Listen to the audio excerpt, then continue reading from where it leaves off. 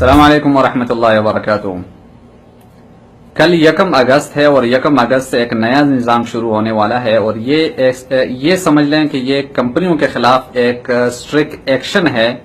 وہ کمپنیاں جو ورکروں کا حق برابر ادا نہیں کر رہی، ٹائم پہ ان کو تنخواہ نہیں دے رہے، یا ان کے اقامے ٹائم پہ رینیو نہیں کر رہے،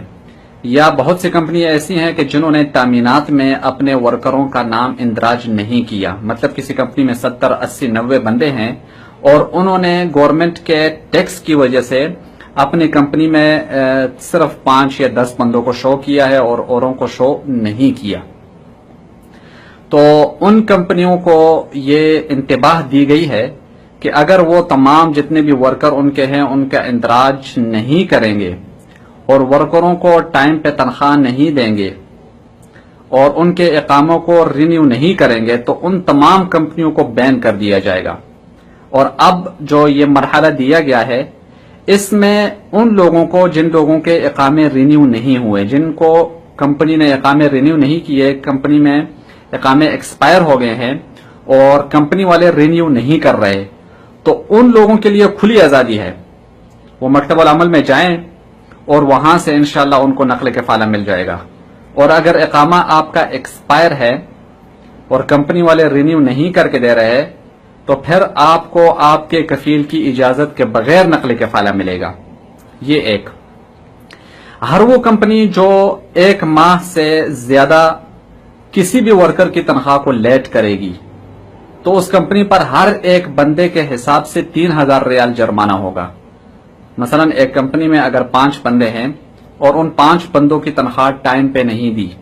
اور انہوں نے مکتب العمل میں شکایت درج کروا دی کہ کمپنی والوں نے 5 بندوں کی تنخواہ کو لیٹ کیا، تو 15000 ریال اس کمپنی پر جرمانہ ہوگا، اور اس کے اضافہ کمپنی کو ریڈ لائن میں قرار دے دیا جائے گا اور ان کے جتنے بھی کام ہیں ان کو بین کر دیا جائے گا، کمپیوٹر کو بند کر دیا جائے گا اور ورکروں کو نقل کفالہ دے دیا جائے گا۔ تو اب یہ نظام چند دنوں کے لیے چلے گا اور اس کے بعد اسٹرکٹ ایکشن لیا جائے گا ہر اس کمپنی کو جو کمپنی صرف 1 ماہ کی تنخواہ بھی لیٹ کرے گی، تو اس کمپنی کے خلاف ایکشن لیں گے۔ لیکن یہ جو مرحلہ دیا گیا ہے اس میں تھوڑی سی نرمی ہے، لیکن کمپنی والوں کو یہ آرڈر دیا گیا ہے کہ وہ اپنے کاغذات کو اپنے جتنے بھی ورکر ہیں ان کا اندراج کریں اور ورکروں کو ٹائم پہ تنخواہ دیں۔ تو اس سے مجھے اور آپ لوگوں کو کیا فائدہ ہے؟ اس سے یہ ہے کہ ہر اس بندے کو جس کا حروف بھی نہیں لگا اور اس کا اقامہ ایکسپائر ہو چکا ہے اور اسے سمجھ نہیں آ رہی کہ میں کیا کروں،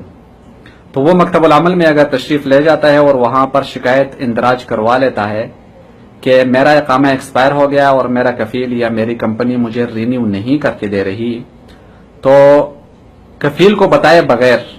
آپ جس کمپنی میں نقل کفالہ کرنا چاہیں گے آپ کو اس کا نقل کفالہ ملے گا۔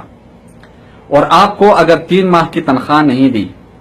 اور یہ شکایت آپ نے درج کروا لی کہ آپ کو 3 مہینوں تک تنخواہ نہیں ملی یا اقامہ آپ کا ایکسپائر ہے اس کے ساتھ، تو کمپنی کے خلاف اسٹرکٹ ایکشن لیا جائے گا، اس کو جرمانہ بھی دیا جائے گا، آپ کا حق بھی لے کر دیا جائے گا، اور پھر بھی آپ کو نقل کفالہ کا آپشن دیا جائے گا۔ اگر آپ نقل کفالہ کرنا چاہتے ہیں تو آپ نقل کفالہ کر سکتے ہیں۔